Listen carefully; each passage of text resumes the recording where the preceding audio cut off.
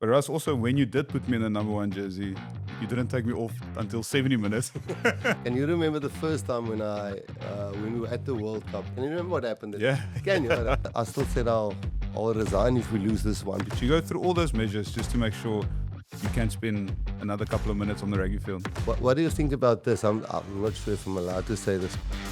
You know, to stake your life on rugby is a huge gamble. You don't know when it might end. The decision wasn't made for me. I still had to physically go and say, listen, Russ, I can't carry on playing rugby. We started the bomb squad with Kitshoff. If somebody told me last year this time, I said, no, Kitshoff will be at the next World Cup. I haven't retired from anything. I've just made a career change.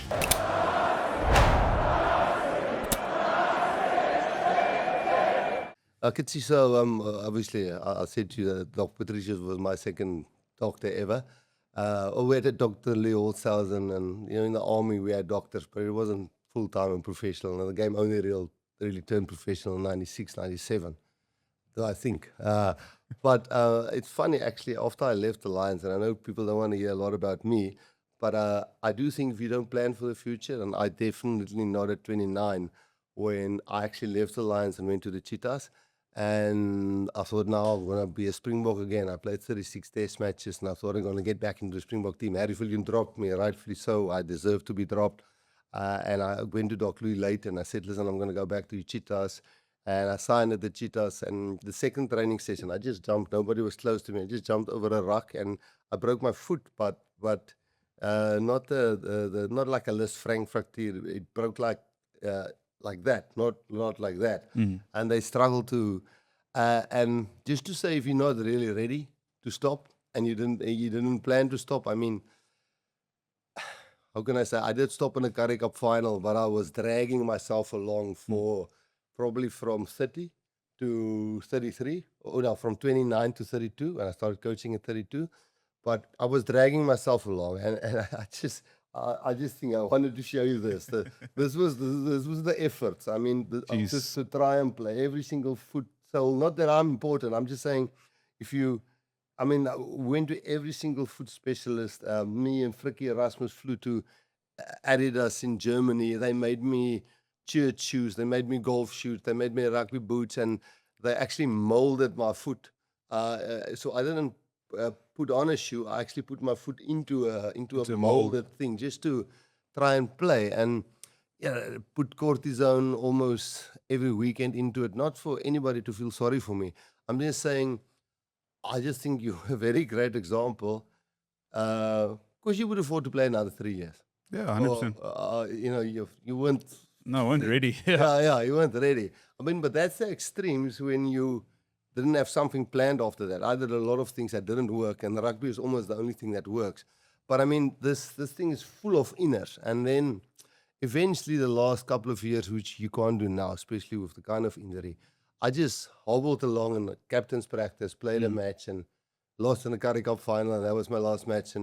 Yeah. But your last match was a World Cup final, or did you play after that? That was the last Springbok game, yeah. Yeah, last Springbok game. Yeah. But you won 2 World Cups. Yeah. But you actually also won under 20. Junior World Cup. Junior World Cup. 2012. Lions, part of Lions to a couple of rugby champs. So, yeah, very fortunate trophy-wise. But just in saying that, Russ, like it's just shows how important the game is to you and to people who actually play the sport. Like you would go through hell and back to make sure you get something that suits your foot, makes you feel a bit better, being able to train, play. So you go through all those measures just to make sure you can spend another couple of minutes on the rugby field. Yeah, and everybody thinks it's just for the money. But it's tough just to stop. I'm talking about things that you must still go through now. But I think a lot of people struggle. And I mean, Doc's touched on it now. And I certainly think there's a place for, what we want to do is. I mean, I would love you to come and have a chat to the players and before a test match, when we maybe have a jersey presentation.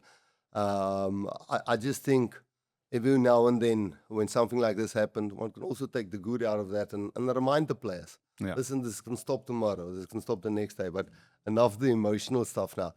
Apart from the bomb squad, you guys winning out a lot of test matches, beating a lot of teams with the bomb squad. Can you remember?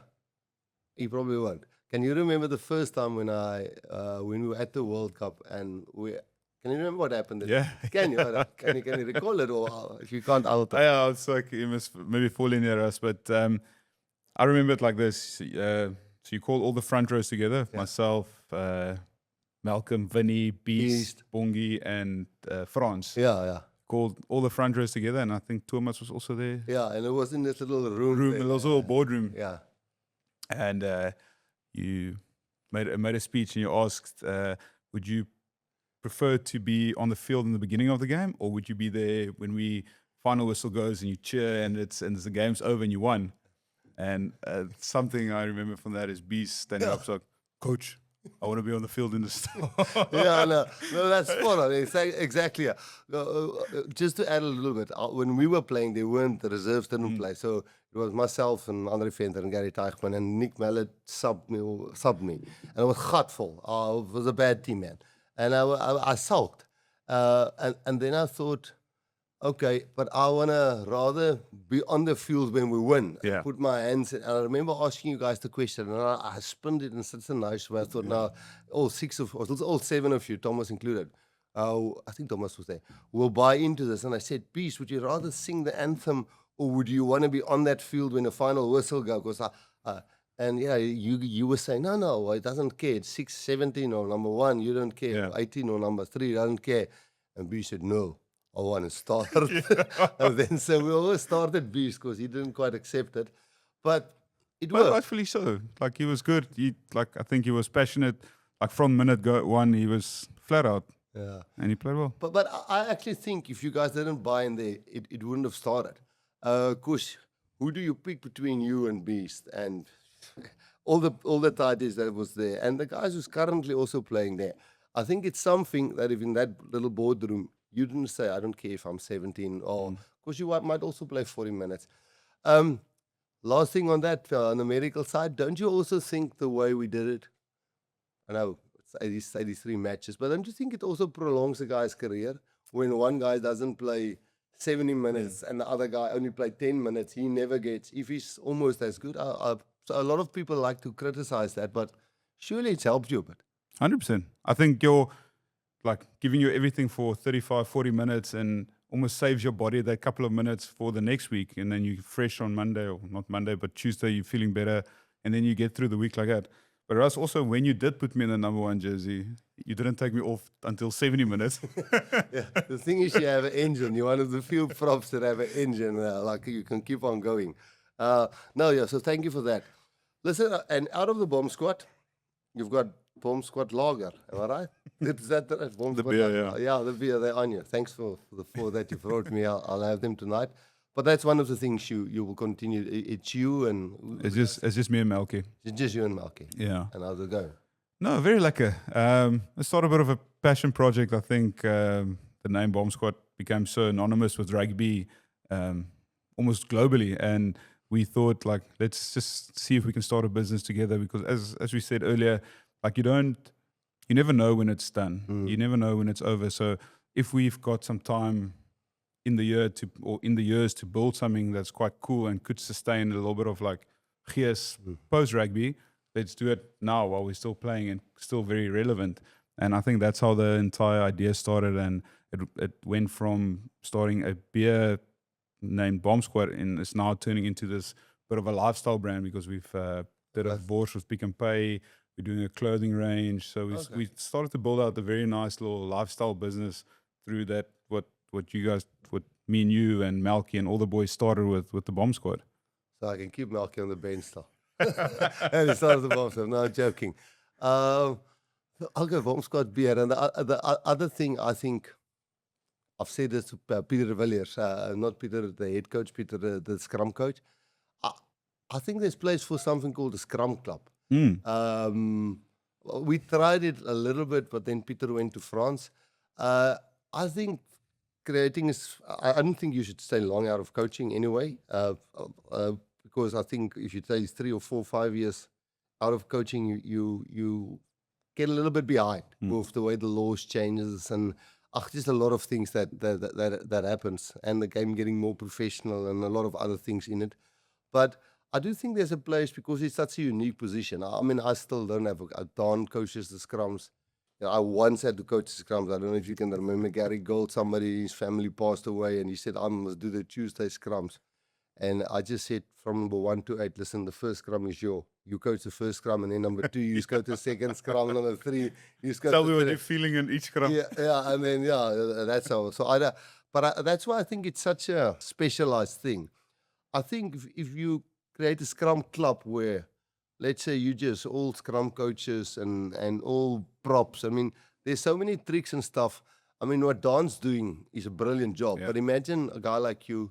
I don't say you have to become a coach, but I think it's something. I don't know if you think about it, leave it. But I think there's place for that. Yeah, I think probably where I would see myself in staying involved in rugby, bar punditry, but it would be like that, as you said, that specialized skills. If it's scrummaging or even breakdown or mentoring or working with the younger players, I think that's there's a bit of an untapped market. Like if you work with a 21-year-old Stormers prop that's just coming onto the scene, I think if you can help mentor and develop him and try and get him into a international quality player from a younger age, I think it will just create a little bit more depth for you guys as selectors. And so many of them can do a breakdown and can run with the ball, but if you're prop and you can't scrum, then unfortunately, you can't hide you anywhere. No. If you can't scrum, you can't say, listen, you like in the line out, you can hide a short lock and put him at the back.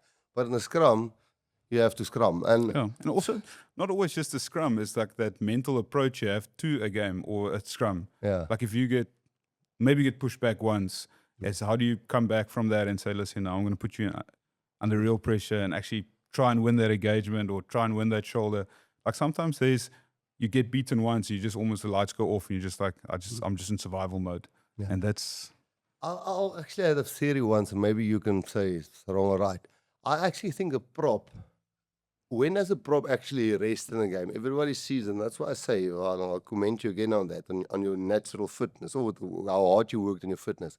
A prop, if you think about it, when there's a scrum, he scrums. I mean, everybody scrums. Don't get everybody to scrum. But the props and the hooker are the most important there, probably. Maybe I'm wrong. But in the line out, you have to support. You have to pick the guy up, or you have to maul. Then on defense, the opposition are looking for you to beat. Because they say the prop is the slow. So you must be the guy that they know the Cheslin is going to take you probably on if it's a one-on-one. There isn't really a place for a prop. Everybody thinks the prop is slow. But if you look at Frans Malherbe, Frans is up and down from the ground. I mean, you're up and down from the ground. Gerard Steenkamp is. Ox is up and down from the ground. It's not this old, slow thing anymore. But scrumming stays the main thing. I've always thought it's the guys that's probably, for me, mentally the fittest. Because there's never actually a switch off. No. And the only time you scrum is when there's a breakaway try and you stand on the halfway line and you wait for the guys to run back. Yeah, otherwise you with there and you have to be there to attack around the corner in the 22 or get your hands on the ball. What do you think about this? I'm not sure if I'm allowed to say this because me and a buddy once thinks about this, but we can always, What do you think about a referee with the scrums? I mean, we've made a massive mind shift on respecting the referee and understanding that they can't always understand them all 100%. And understand the scrum, he might have played a scrum off the referee, or he might have been a backline player. And I sometimes am not sure what's happening in the scrum as the head coach. And afterwards, sometimes when we discuss something, we're not 100% sure what happened there. What do you think about it's just a suggestion, we don't have to talk about it. What do you think about a referee? If there's a scrum, it's an ex-prop, he just runs on, he referees that scrum, the moment the ball's out, he runs off again. I mean, don't you think so it's a specialized scrum referee. So and people might laugh at this, but I think we're the most guessing if there's not pure dominance. You don't see this guy's buggering up the other guy. It's always this guy folded, that guy. What do you think if a prop referees that and he's just off the field again and the game goes on? Don't you think that could work? You just need two of them because they normally they can't run for 80 meters to get to the 5-yard line. Okay, So you need two, one on each side. So they just yeah, run. but you've just retired. You can still do it. I know a guy like Osterrand No, but I'm joking. will get him fit. Yeah. But I've went But I think it's a great idea. I think, sometimes as a like now, like watching URC game, a scrum happens, there's a penalty being blown, and you've got, sometimes I'm thinking, what's this ref actually seeing that I'm not seeing, or vice versa. And sometimes you just need a guy that's actually very zoned in certain movements in a scrum. and he scrummed there. And he scrummed then he knows exactly what's happening. So I think there's definitely scope for it He in might rugby. even, as he run off, tell the commentary, listen, the previous scrum was for X, Y, or Z. He might even keep you in the loop. Talking about that. yeah, getting his breath back and saying, I'll tell you now what was the last penalty for. But you will probably go into a bit of commentary and getting involved with that, or is that not? Yeah, it's definitely in the plans. Like, I enjoy it. I enjoy talking rugby. I think it's, I love, and I'm so passionate about the sport. So I would love to talk about it and punt it up big time. Yeah, and I think what people have seen with Don, with a documentary or so, is that there's a lot of technical things to talk about, and maybe not everybody would want to listen to that. Some guys love the attacking game, but I think there's a lot of people out there that also enjoys the scrum, and there's obviously some good guys that always talk about it. But I definitely think there's a place. I say, try the scrum club and start educating people about the scrums. Look, is there anything you want to ask me where you want to be brutally honest and put me on my place?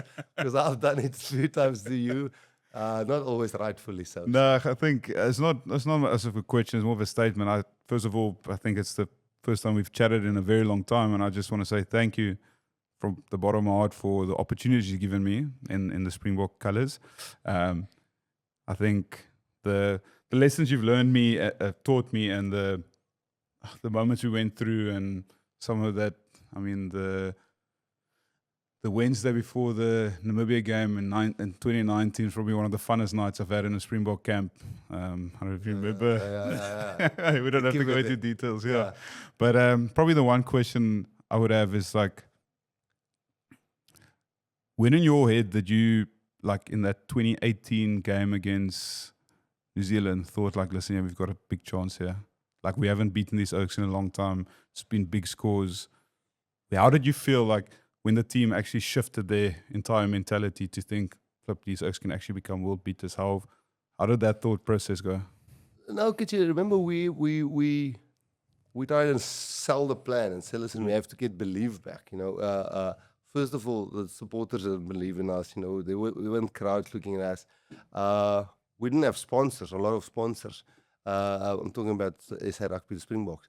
And we when I was 6 or 7 in the world. So I just thought, how do you get this back instantly? You can grind out a game against a team ranked 5th or 7th. And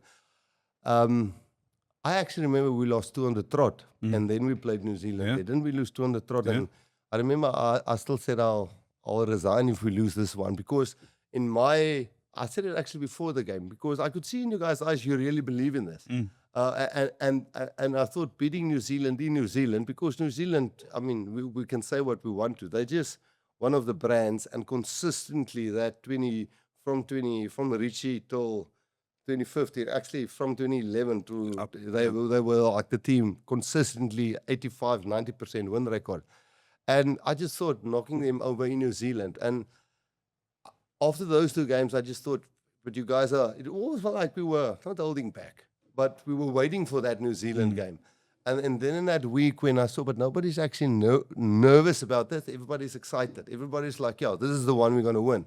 Because, the crowd has to believe, the opposition has to believe, the referee has to believe, the commentator has to believe, but most of all, we have to believe. Yeah. And I just saw in the eyes there was something, it was probably the stupidest statement to sell. I'll resign if we lose, because it wasn't far that we won. It was a few points. But no, I just saw in your eyes that you guys really believed in that. And I think that was the turning point. I think also, like, you talk about belief, and I think truly started believing in this.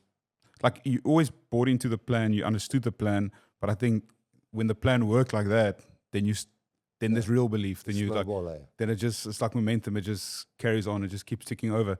So I think also for me, that was like that victory and that pure joy and that you feel euphoria after the game is like just what catapulted everything. I think that's what led to the 2019, and then that build up to 23 was just special. And credit to New Zealand. I mean, when we beat them there, I mean, we acted like we won the World Cup. I mean, we ran all over the field, and I almost ran into the field, and they must have thought, you guys just beat us here once, you know. Yeah. So yeah, it was probably looked a bit arrogant, but it was actually out of the respect for us to say, listen, we've beaten you eventually in your backyard, and this year we're playing in Auckland again. So yeah, kids, thank you. I appreciate this. First of all, I'm not going to overdo this.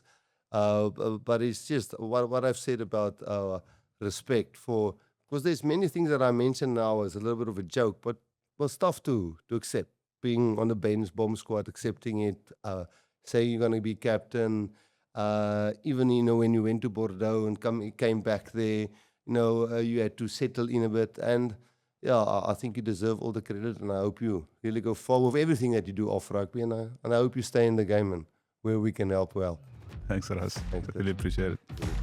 Brother.